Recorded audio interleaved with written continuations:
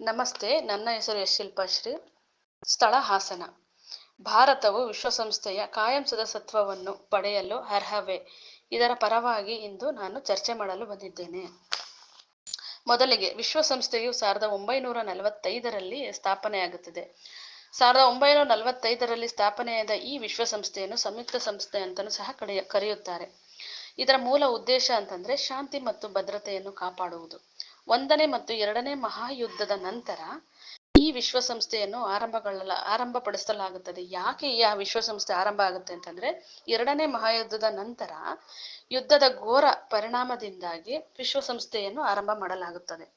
France, UK, USA ಈ ಎಲ್ಲ ದೇಶದ ಪ್ರತಿನಿಧಿಗಳು ಈ ಒಂದು ವಿಶ್ವಸಂಸ್ಥೆಯ ರೂಪುರೇಷೆಗಳನ್ನು ಆರಂಭ ಮಾಡ್ತಾರೆ. ಅಂದ್ರೆ ಹೀಗೆ ಇರಬೇಕು ಅನ್ನೋದನ್ನ.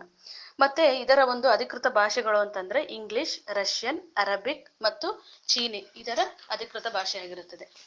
ಈಗ ಚರ್ಚೆಗೆ ಬಂದಾಗ, ಭಾರತ ದೇಶವು ವಿಶ್ವಸಂಸ್ಥೆಯ ಜೊತೆ ಯಾವ ತರ ಕೈ ಜೋಡಿಸಿದೆ ಅಂತಂದ್ರೆ, ಶಾಂತಿ ಭದ್ರತೆಗೆ ವಿಶ್ವಸಂಸ್ಥೆ ಹೆಸರುವಾಸಿಯಾಗಿರುತ್ತೆ.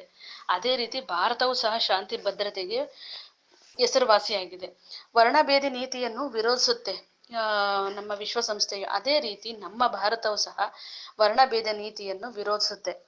ನಂತರ ಅಂಗೋಲಾ ಮತ್ತು ನಮೀಬಿಯಾ ದೇಶದಲ್ಲಿ ಸ್ವತಂತ್ರನೇ ಇರೋದಿಲ್ಲ. ಆ ಸ್ವತಂತ್ರ ಇರೋದಿರಲ್ವಲ್ಲ, ಅದಕ್ಕೋಸ್ಕರ ವಿಶ್ವಸಂಸ್ಥೆಯು ಬಹಳ ಜಗ್ಗಾಡುತ್ತೆ. ಇದಕ್ಕೆ ನಮ್ಮ ಭಾರತವು ಸಹ ಜೊತೆಯಾಗಿ ನಿಲ್ಲುತ್ತೆ. ಮತ್ತೆ ಇನ್ನೊಂದು ಪಾಯಿಂಟ್, ಪರಿಸರಕ್ಕೆ ಸಂಬಂಧಿಸಿದಂತೆ ವಿಶ್ವಸಂಸ್ಥೆಯು ಅಧಿಕೃತವಾಗಿ ಹೆಚ್ಚಿನ ಅಭಿವೃದ್ಧಿಗಳನ್ನ ನಡೆಸ್ತಾ ಇರುತ್ತೆ.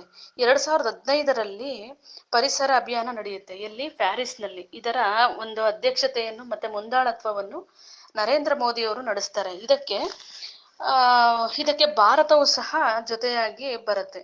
ಶಾಂತಿ ಪಾಲನೆ ಪಡೆಯಲ್ಲಿ ವಿಶ್ವಸಂಸ್ಥೆಯು ಬೇರೆ ಬೇರೆ ರಾಷ್ಟ್ರಗಳ ಜೊತೆ ಯುದ್ಧಗಳನ್ನು ಕೈಗೊಂಡಾಗ ನಮ್ಮ ಭಾರತ ದೇಶವು ಸಹ ವಿಶ್ವಸಂಸ್ಥೆಗೆ ಜೊತೆಯಾಗಿ ಪೊಲೀಸ್ ಮತ್ತು ಸೈನಿಕರ ಪಡೆಗೆ ಹೆಚ್ಚಿನ ಒಂದು ಒತ್ತನ್ನು ಕೊಡುತ್ತೆ. ಅಂತಂದ್ರೆ ಆ ರಾಷ್ಟ್ರಗಳೆಲ್ಲ ದೇಶಗಳೆಲ್ಲ ಆಗ್ತಾ ಇರೋಂತಹ ಯುದ್ಧಗಳಿಗೆ ಸಹಾಯ ಆಗೋ ರೀತಿಯಲ್ಲಿ ಭಾರತವು ಸಹ ತನ್ನದೇ ಆದ ಸೈನಿಕ ಪೊಲೀಸ್ ಪಡೆಗಳನ್ನ ನೇಮಿಸುತ್ತೆ. 1993ರಲ್ಲಿ ನಡೆದಂತಹ ಮಾನವ ಹಕ್ಕುಗಳಿಗೆ ಆಯೋಜನೆಯನ್ನು ಮಾಡುತ್ತೆ ನಮ್ಮ ವಿಶ್ವಸಂಸ್ಥೆ. ಅದಕ್ಕೆ ಬದ್ಧವಾಗಿ ಭಾರತವು ಸಹ ತನ್ನದೇ ಆದಂತಹ ನಿಲುವು ಕೈಗೂಡಿಸುತ್ತದೆ.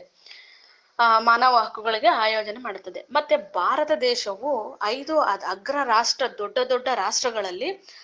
ದೊಡ್ಡ ರಾಷ್ಟ್ರಗಳಲ್ಲಿ ಸಹ ನಮ್ಮ ಭಾರತವು ಸಹ ಆರ್ಥಿಕತೆಯಲ್ಲಿ ಹೆಚ್ಚಿನ ಮಹತ್ವವನ್ನು ಹೊಂದಿದೆ. ಆದ್ದರಿಂದ ಭಾರತವು ವಿಶ್ವಸಂಸ್ಥೆಯ ಕಾಯಂ ಸದಸ್ಯತ್ವವನ್ನು ಪಡೆಯಲು ಅರ್ಹ ಎಂದು ನಾನು ಮಂಡಿಸ್ತೀನಿ. ಮತ್ತೆ ಇನ್ನೊಂದು, ಬಜೆಟ್ ಮಂಡನೆ ಆಗುತ್ತೆ. ಇದರಲ್ಲಿ 10 ದೊಡ್ಡ ರಾಷ್ಟ್ರಗಳಲ್ಲೂ ನಮ್ಮ ಭಾರತವು ಸಹ ಒಂದು ಜೊತೆಯಾಗಿದೆ. ನಮ್ಮ ಭಾರತ ದೇಶವು ಸಹ ಈ ಎಲ್ಲ ಅಂಶಗಳನ್ನು ನೋಡಿದಾಗ ನಮ್ಮ ಭಾರತ ದೇಶವು ವಿಶ್ವಸಂಸ್ಥೆಯ ಕಾಯಂ ಸದಸ್ಯತ್ವವನ್ನು ಪಡೆಯಲು ಅರ್ಹ ಅಂತ ನನ್ನ ವಾದವನ್ನು ಮಂಡಿಸ್ತೇನೆ. ಮತ್ತೆ ಇನ್ನೊಂದು, ಭಾರತ ದೇಶದಲ್ಲಿ ಸಾಂಸ್ಕೃತಿಕ ವೈವಿಧ್ಯತೆಯು ತುಂಬಾ ಚೆನ್ನಾಗಿದೆ. ಆದ್ದರಿಂದ ಭಾರತ ದೇಶವು ವಿಶ್ವಸಂಸ್ಥೆಯ ಕಾಯಂ ಸದಸ್ಯತ್ವವನ್ನು ಪಡೆದುಕೊಳ್ಳಲು ಅರ್ಹ ಎಂದು ನನ್ನ ವಾದವನ್ನು ಮಂಡಿಸುತ್ತೇನೆ. ಈ ಎಲ್ಲ ಅಂಶಗಳಿಂದಾಗಿ ನಮ್ಮ ಭಾರತ ದೇಶವು ವಿಶ್ವಸಂಸ್ಥೆಯ ಜೊತೆ ಕೈ ಜೋಡಿಸಬೇಕು, ಕಾಯಂ ಸದಸ್ಯತ್ವವನ್ನು ಪಡೆಯಲು ಅರ್ಹ ಎಂದು ನಾನು ವಾದಿಸುತ್ತೇನೆ. Thank you.